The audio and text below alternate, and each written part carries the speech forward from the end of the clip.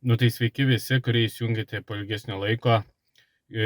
Praeitą iškart pasakysiu, kad tai bus nuobodi statistika. Jeigu jums įdomi, kiek uždirbau savo miestelį, tai galite pasižiūrėti. Praeitą savaitgalį nedirbau, nes dažė bumperį ilgiau negu turėjo. Prižadėjo per savaitę, bet nepadarė per savaitę, nudažė per ilgesnį laiką, dėl to savaitgalis liko nedirbtas. Praeito savaitgalį galite pamatyti rezultatus šičia, tiksliau penktadienio, kiek uždirbau ir valandas. Paskui įmesiu, kiek šeštadienį uždirbau, va dabar galite pasižiūrėti.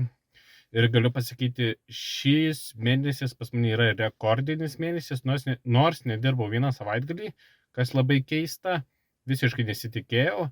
Tai viso mėnesio rezultatus irgi galite dabar pasižiūrėti. O kažko tokio, kad kas nors įdomaus įvyko ar neįvyko, tai nėra. Vežiau žmonės su kebabais, tai va džiugu, kad pasidėjo ant grindų kebabus, ant žemės, ne ant savęs, ne ant sudynės ar kažkur, o ant žemės padėjo kebabus. Daugiau kažko tokio kitokio lyg ir nebuvo. Ai, dar šiukšlę užslėpė kažkas mašinai, tai nesuprantu, koks tikslas slėpti mašiną iš šiukšlę.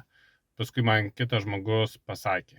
Tai va, jeigu įdomi, kiek galim uždirbti su Boltu, tai būtinai paprenumeruokite. Nėra labai toks įmantrus kanalas, bet gal kam nors patiks. Tai ačiū, kad žiūrėjote, paprenumeruokite kanalą, paspauskite patinka mygtuką ir iki sekančio karto.